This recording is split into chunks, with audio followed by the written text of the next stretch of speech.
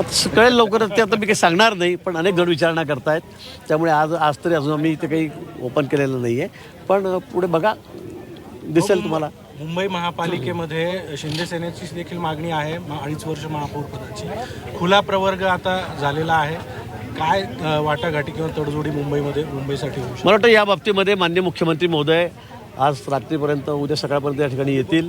शिंदेसाहेब आहेत आमचे, देवेंद्रजी आहेत, ते या बाबतीमध्ये, रवींद्रजी आहेत आमचे अध्यक्ष, ते या बाबतीमध्ये चर्चा करतील. आणि मला वाटतं व्यवस्थितपणे, म्हणजे कुठेही ओढाताण होणार नाही, कुठेही फार आमच्यामध्ये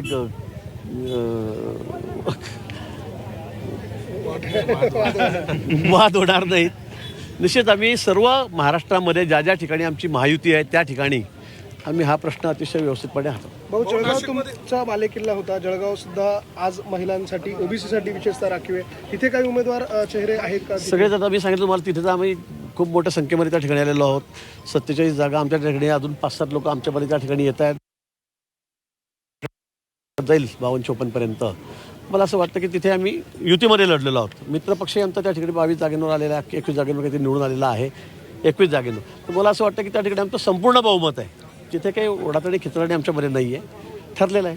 हो, नाशिकमध्ये आज इयर शो झाला. हो, त्या सगळ्या पार्श्वभूमीवर खरं तर प्रशासनानं जोरदार तयारी केली होती. भारतातला हा दुसरा होता. बघून काय वाटलं? अतिशय चित्तथरारक असा शो, म्हणजे नाशिककरांना खरं म्हणजे पर्वणीच होती.